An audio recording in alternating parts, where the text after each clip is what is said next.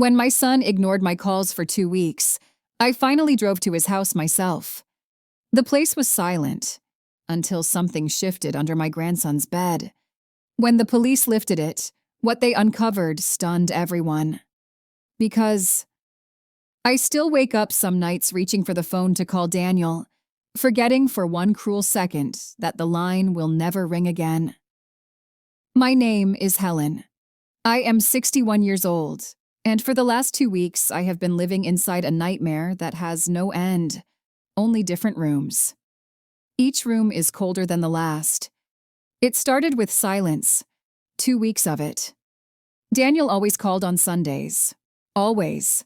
Even when he was exhausted from overtime, even when Matthew had the flu and Daniel's voice was hoarse from reading bedtime stories, he called. "Just checking on my favorite girl," he'd say, and I could hear Matthew in the background yelling, "Tell Grandma I drew a T-Rex that eats homework." But the Sunday came and went. Then Monday. Then the whole first week. I told myself he was busy. I told myself his phone had died. I told myself every lie a mother tells herself when the alternative is too terrible to speak out loud. By the 10th day, the silence had teeth. I left voicemails that cracked in the middle. I sent texts that stayed forever undelivered. I called his work, his friends, the school. Nobody had seen him. Nobody knew anything. The world kept moving, indifferent, while inside my chest something was slowly being crushed. On the 14th morning, I could not breathe in my own house anymore. I packed nothing, not even a toothbrush. I took the first bus to Chicago with my heart hammering so hard I thought the other passengers must hear it. The ride lasted 3 hours. I did not speak. I did not blink. I stared out the window at cornfields sliding by like green ghosts, and I prayed the way I have not prayed since Daniel was born. Please, God, let them be alive. Just alive. It was dark when the bus sighed to a stop. The air in the city felt thick and wet. I walked the familiar route to Daniel's gated community on legs that did not feel like mine. Streetlights made orange halos on the wet pavement. Every step sounded too loud, like the night itself was listening. The wooden door of their townhouse looked exactly the same. The little pumpkin Matthew had carved still sat on the step, now collapsed and rotting. I knocked softly at first. "Daniel? Matthew?" My voice cracked like thin ice. No answer. I knocked harder. Harder. I was shouting now, pounding with both fists. "Daniel, it's Mom. Open the door." Nothing.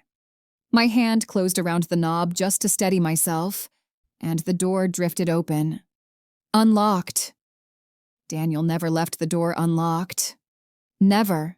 Not with Matthew inside. The smell hit me first. Stale air, old coffee, something metallic underneath. The living room was destroyed. The couch shoved sideways, a shattered mug bleeding brown across the hardwood. One of Matthew's sneakers lay on its side like a small, dead animal. My knees almost gave out. I moved through the house like a ghost. Kitchen water jug tipped over, plastic bottles scattered like bones. Upstairs, Daniel's office empty, bed still made, everything too neat, too abandoned. Matthew's room was last. I stood in the doorway and the silence pressed against my eardrums. "Matthew, honey? Grandma's here." My voice came out a rasp. Then I heard it. A tiny scrape, plastic on wood, coming from under the bed. I froze. Every hair on my body stood up. Something was under there. Something alive. I wanted to run. I wanted to scream. Instead, I whispered, "Matthew?" Another scrape. Slower. Deliberate. I could not move. My feet were lead. My heart was trying to claw its way out of my throat. I forced one step. Another. The room smelled sour. Like unwashed fear, I dialed 911 with fingers that would not stop shaking. It took 3 tries to make the numbers work. "My son is missing," I heard myself say, as if from very far away. "There's something under my grandson's bed." The officers arrived fast, red and blue lights painting the walls like blood and bruises. I led them upstairs without a word. I could not look. I pointed at the bed and stared at the carpet instead. The taller officer knelt. "Police. Anyone under there?" Silence so complete it hurt. Then both officers gripped the mattress and lifted the whole bed, frame and all, like it weighed nothing. And there he was. My Matthew, my sweet, sunny Matthew, curled into a ball no bigger than a question mark. His hair was matted to his skull with sweat and tears. His Spider-Man pajamas hung off him like they belonged to someone else. He clutched an empty Aquafina bottle to his chest, the way he used to clutch his teddy bear. His eyes were open, huge, fixed on nothing. He smelled like urine and terror. I fell to my knees. "Matthew, baby." My voice broke in half. He did not blink, did not move, did not know me. One officer made a sound like a man who has been punched in the soul. The other just stared, mouth open. I reached for my grandson, and my hands shook so badly I was afraid I would hurt him. I settled for resting my fingertips on his sharp little shoulder, as if touch alone could bring him back from wherever he had gone. They carried him out in the officer's arms. I followed like a shadow, clutching the empty water bottle he would not let go. At the hospital, the words came fast and merciless.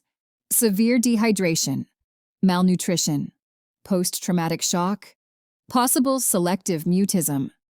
The doctors spoke gently, but every term landed like a stone on my chest. I sat beside his bed for 3 days and nights without closing my eyes. He stared at the ceiling. He wet the bed twice. When the nurses tried to take the empty bottle, he screamed without sound, mouth wide, face purple, until they gave it back. On the third morning, the detective called. "Mrs. Helen, we used luminol in the living room. There's a large quantity of blood. We're treating this as a homicide." The phone slipped from my hand. The washcloth I had been using to cool Matthew's forehead fell to the floor. With a wet slap. Matthew heard everything. His face crumpled like paper. For the first time in 3 days, he made a sound, a high, broken keen that turned into words. "Dad's dead." He screamed it over and over until the nurses sedated him. I held him while he thrashed, whispering lies into his sweaty hair. "Shut. Baby, it's okay. Grandma's here. It's okay." When nothing was okay and never would be again. That afternoon, they brought a child psychologist. Matthew would not speak. He clutched his new teddy bear and stared at the wall. That evening, when the hospital hallway lights dimmed to a sickly yellow, Matthew finally talked. He told it in whispers, stopping every few words to breathe like the memory itself was choking him. It had been storming, thunder so loud it rattled the windows. The doorbell kept ringing, angry and insistent. Daniel looked through the peephole and went white. He shoved Matthew toward his room. "Under the bed, buddy. Do not come out until I say. Promise me." Matthew crawled under and pulled the comforter down to hide the gap. Through a tiny slit, he watched. His mother came in with a tall man who never spoke. Jessica's eyes were wild, pupils huge. She screamed at Daniel for money. She said the people she owed would kill her if he didn't pay. Daniel said no. He told her to leave and never come back. She slapped him. The tall man grabbed Daniel by the shirt and shook him. Daniel stumbled. His head hit the corner of the coffee table with a sound Matthew demonstrated by smacking his own forehead, a dull, wet thud that made me flinch. Daniel fell. Blood pooled fast, dark and shiny. Jessica screamed, not in horror, but in fury. "Look what you made him do!" she shrieked at the silent man. They wrapped Daniel in a blanket. They dragged him out. Matthew heard the front door close. Then nothing. He stayed under the bed. For 2 weeks, too terrified to come out. Too terrified to make noise. He drank the water bottles he found under there from a spilled pack. When they ran out, he licked condensation from the wood floor. He wet himself and sat in it.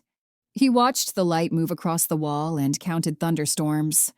He thought if he stayed perfectly quiet, his dad would come back and tell him it was safe. When he finished, Matthew curled into a ball and sobbed without tears.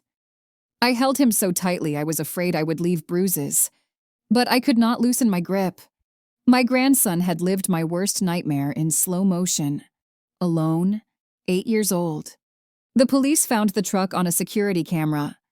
A dark pickup with something long in the back covered by a tarp. They found Daniel wrapped in his own living room rug inside a frozen food warehouse owned by loan sharks. The medical examiner said the blow to the head killed him instantly. My son never knew his body was moved. I thank God for that small mercy. They found Jessica's jacket in the truck bed, stiff with Daniel's blood. They found the life insurance policy in Daniel's desk. $1 million. Beneficiary, Jessica. He had never changed it after the divorce. My gentle, trusting boy. The loan shark thug flipped in exchange for a reduced sentence.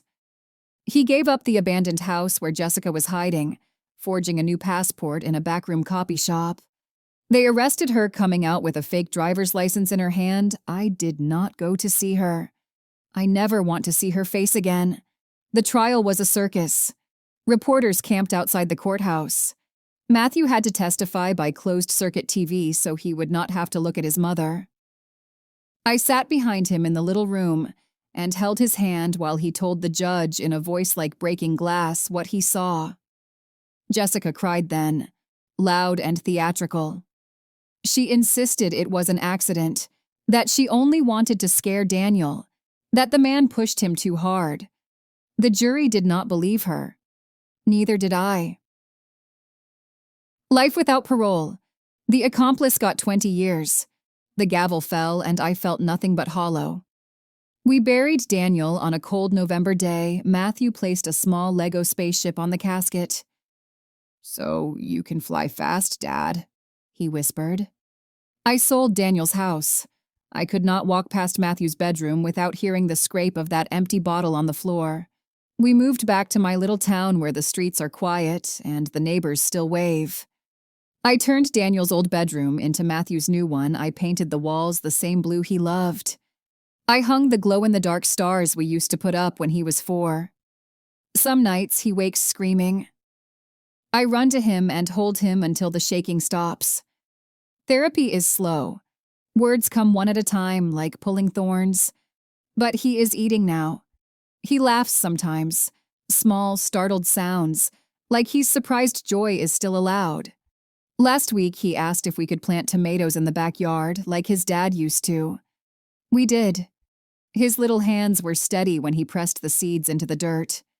When the first green shoots poked through, he smiled. A real smile. Crooked and perfect. I still cry in the shower so he won't hear. I still set an extra plate at dinner out of habit and then have to turn away fast when I remember. The pain lives in my bones now. It is part of me. But every morning Matthew wakes up and pads into my room in his 2 big pajamas and crawls into bed with me. He smells like soap and little boy and hope. He puts his head on my shoulder the way Daniel used to when he was small and the world still made sense. And I hold him. I hold him with everything I have left. Because that is what mothers do. We hold the pieces together when everything else falls apart. We keep the promise when the person who made it cannot. Daniel, my sweet boy, I have him. I have our Matthew. I will love him enough for both of us, every single day for as long as I breathe. And if love is not revenge against death, then I don't know what is.